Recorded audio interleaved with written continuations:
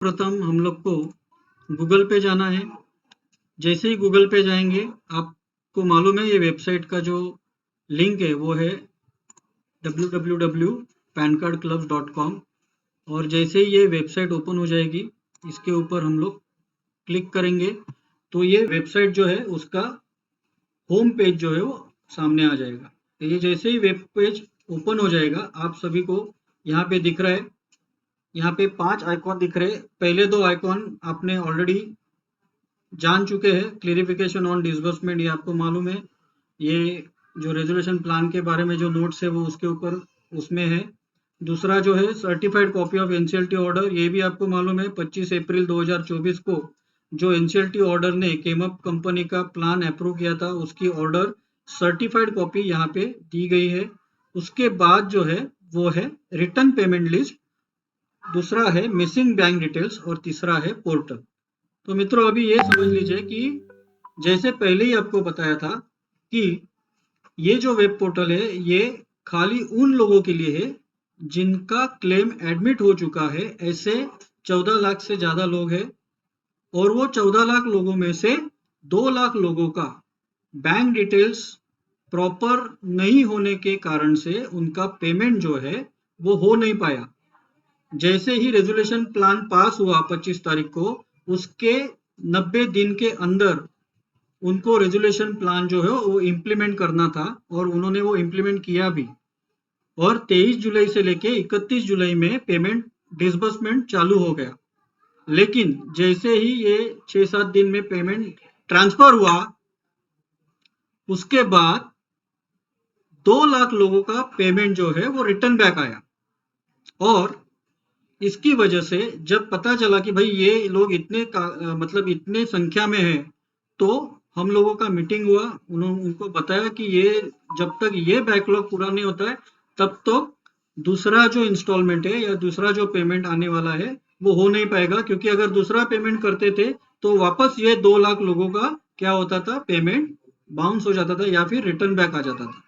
तो जिन लोगों का पेमेंट प्रोसेस हुआ है, वो प्रोसेस होने के बावजूद उनका रिटर्न बैक आया है, ऐसे लोगों का जो लिस्ट है उसको बोलते हैं रिटर्न पेमेंट लिस्ट। मतलब प्रोसेस हुआ, बैंक डिटेल के हिसाब से प्रोसेस हुआ, लेकिन वो रिटर्न हुआ क्योंकि उसमें कुछ कमियां थी, कुछ खामियां थी, कुछ गलतियां थी, उसकी वजह से वो पेमेंट रिटर्न हुआ। उसके बाद आता है मिसिंग बैंक डिटेल्स।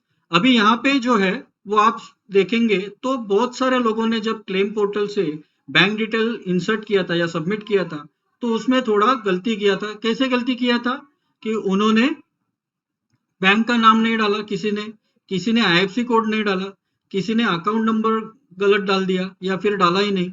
तो ऐसे कुछ कुछ फील्ड ही उन्होंने ब्लैंक रखे या फील्ड में इंसर्शन नहीं किया, सबमिशन नहीं किया।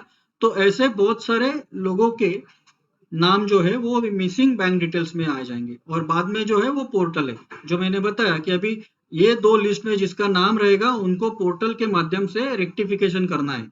तो पहले हम लोग देखेंगे कि ये रिटर्न पेमेंट लिस्ट और मिसिंग बैंक डिटेल्स लिस्ट जो है इसको कैसे देखना है। अभी कुछ लोगों के डिटेल्स मेरे पास है।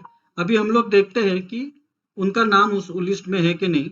कुछ एडमिटेड लोगों के, मतलब एडमिटेड क्लेम धारक जो है उनके नाम और डिटेल्स मेरे पास है। तो हम लोग देख लेते हैं कि रिटर्न पेमेंट लिस्ट या मिसिंग बैंक डिटेल्स में उनके नाम है क्या, नहीं है।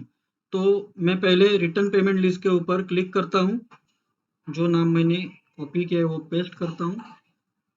अभी उसको सर्च करता हूँ। जैसे ही मैंने सर्च किया, देखिए यहाँ पे उनका नाम दिख गया। ठीक है, उनका क्लेम आईडी भी दिख रहा है, उनका नाम भी दिख रहा है, यानी कि उनको भी वेब पोर्टल के माध्यम से जो रेक्टिफिकेशन है वो करना है। जो कुछ भी रहेगा, बैंक का डिटेल्स गलत है या फिर नेम चेंज है, जो कुछ केस रहेगा वो हिसाब से उनको वो चेंजेस करना है।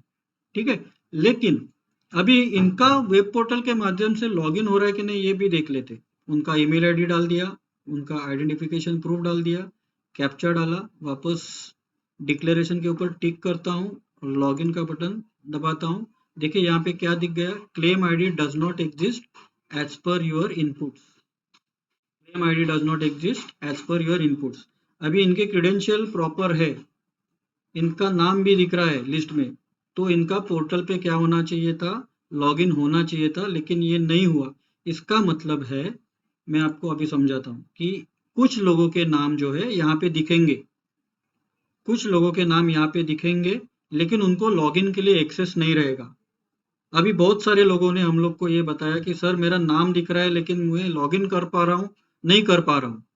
मेरा नाम तो दिख रहा है लेकिन मैं लॉगिन कर नहीं पा रहा हूँ। मैं properly email ID, identification proof, जो कुछ सीए फॉर्म पे था वो सब प्रॉपरली डाल रहा हूँ, फिर भी मैं लॉगिन नहीं कर पा रहा हूँ। इसका रीजन जो है वो यही है। यहाँ पे आप देख सकते हैं कि ये पोर्टल पे यहाँ पे एक नोट लिखा हुआ है।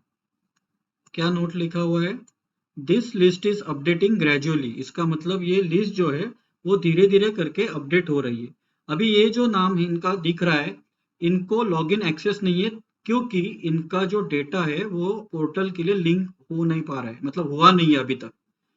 ठीक है, तो ये जैसे ही लिंक हो जाएगा उनको लॉगिन हो जाएंगे वो, और उनका जो कुछ भी रेक्टिफिकेशन उनको करना है वो कर सकते हैं। लेकिन फिलहाल उनको लॉगिन के लिए एक्सेस नहीं है। तो अभी उनको, मेरे हिसाब से जो जानकारी हम लोग को मिली है उसके हिसाब से 2 या 3 वीक इसमें लग सकते हैं, शायद ज़्यादा भी लग सकते हैं। तो इसका, जितने भी लोगों का नाम दिखेगा और लॉगिन नहीं हो पा रहे हैं या फिर claim ID does not exist ऐसे दिख रहे हैं प्रॉपरली डालने के बावजूद, तो ऐसे लोगों को समझ जाना चाहिए कि मेरा लिस्ट में नाम है और मेरा अपडेट हो रहा है।